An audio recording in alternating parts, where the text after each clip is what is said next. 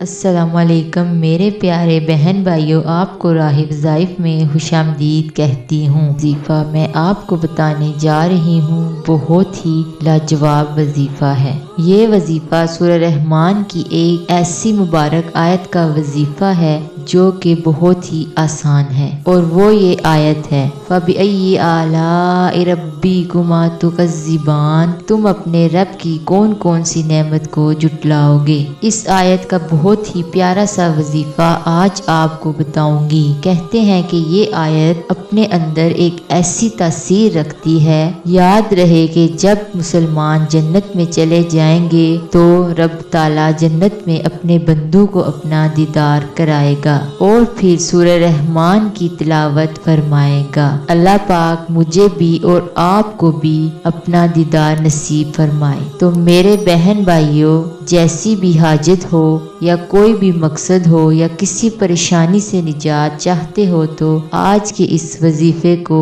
کریں۔ آپ کی ہر مراد اور ہر حاجت پوری ہوگی۔ جو بھی پریشانی ہوگی وظیفہ کرنے سے ختم ہو جائے گی۔ میرے بتائے ہوئے طریقے پر اس وظیفے کو کرنا ہے۔ وظیفے کا مکمل طریقہ کیا ہے، تفصیل جاننے کے لیے آپ سے التماس ہے کہ ویڈیو کو آخر تک ضرور دیکھیں۔ ارے بہن بھائیوں، آپ کو اس آیت کا وظیفہ بھی بتاتی ہوں، لیکن پہلے آپ کو اس آیت کا مفہوم بتانا بھی ضروری ہے۔ آپ نے اس وظیفے کا ورد اس آیت کو ذہن میں رکھ کر کرنا ہے۔ تو چلیے آپ کو اس وظیفے کا مفہوم سمجھانے کی کوشش کرتی ہوں۔ میرے پیارے بہن بھائیوں، یاد رہے کہ اللہ ہی اس کائنات کا خالق و مالک ہے۔ اللہ نے اس کائنات میں اپنے بندوں کے لیے بے شمار نعمتیں رکھی ہیں تاکہ وہ اللہ کی دی گئی نعمتوں سے فائدہ اٹھا سکیں اور ہر طرح کی سہولت حاصل کر سکیں۔ دنیا کی رنگینیوں میں کھو کر اللہ کی نعمتوں کو یاد کرنا،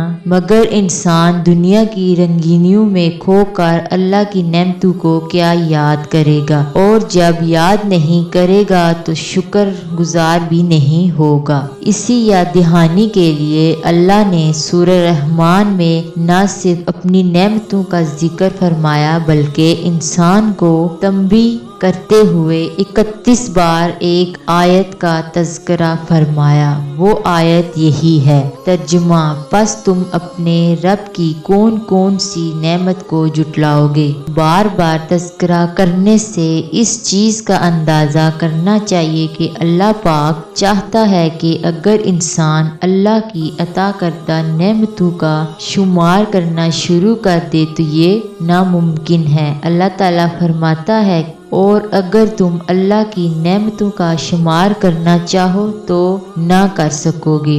بے شک خدا بخشنے والا مہربان ہے۔ پیارے بہن بھائیوں، جب اللہ تعالیٰ نے حضرت آدم علیہ السلام کو زمین پر اتارا، ساتھ کے لیے حضرت حوا کو بھی بھیجا اور نیک مردوں کو صالحہ بیویاں عطا کی اور نیک پاک اولاد، یہ سب اللہ کی نعمتیں ہی تو ہیں۔ جانور پیدا کیے، سورج، چاند، ستارے، زمین و آسمان پیدا کیے، پانی اور ہوا پیدا کیے۔ اللہ تعالیٰ ہی ہے جس نے ہمیں دیکھنے اور سننے کی نعمت سے نوازا، تو عیال دولت دی، آسمان، زمین اور دیگر نعمتوں سے فائدہ حاصل کرنے کے لیے دماغ اور سمجھ بوجھ سے نوازا۔ قرآن پاک میں اللہ نے اپنی عطا کردہ نعمتوں کا تذکرہ ہر جگہ فرمایا ہے۔ وہی ہے جس نے تمہارے لیے پانی اتارا، اسی میں سے کچھ پینے کا،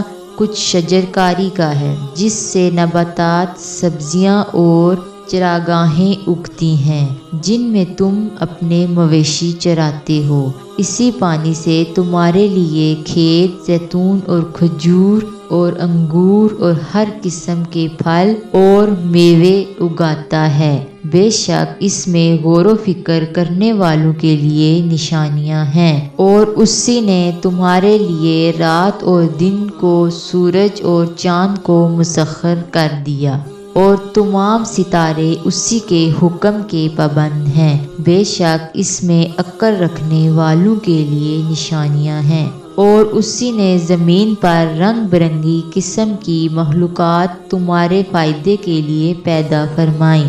بے شک اس میں نصیحت قبول کرنے والوں کے لیے نشانی ہے، اور وہی ہے جس نے سمندر کو تمہارے لیے مسخر کر دیا اور تمام ستارے اسی کے حکم کے پابند ہیں۔ بے شک اس میں نصیحت قبول کرنے والوں کے لیے نشانیاں ہیں، اور وہی ہے جس نے سمندر کو بھی تمہارے لیے مسخر کیا۔ اس سے تر و تازہ گوشت کھاؤ، اور تم اس میں سے موتی نکالو جنہیں تم ذبائش کے لیے پہنتے ہو۔ اور اے انسان، تو کشتیوں کو دیکھتا ہے؟ سمندروں کا پانی چیرتے ہوئے اس میں چلی جاتی ہیں، اور یہ سب کچھ اسی لیے کیا تاکہ تم اس کا فضل تلاش کرو اور اس کے شکر گزار بن جاؤ۔ اب آپ کو وظیفہ بتاتی ہوں، اس وظیفے کو آپ نے پاک و صاف ہو کر کرنا ہے۔ وظیفہ کرتے وقت آپ نے اس آیت کا مفہوم ذہن میں رکھنا ہے جس کا ذکر ابھی میں نے کیا ہے۔ سب سے پہلے آپ نے 3 مرتبہ درود ابراہیمی پڑھنا ہے، اور درود پاک پڑھنے کے بعد آپ نے ایک تسبیح یعنی 100 بار فَبِأَيِّ آلَاءِ رَبِّكُمَا تُكَذِّبَانِ پڑھنی ہے، اور اس کے بعد پھر آپ نے 3 بار درود پاک پڑھنا ہے۔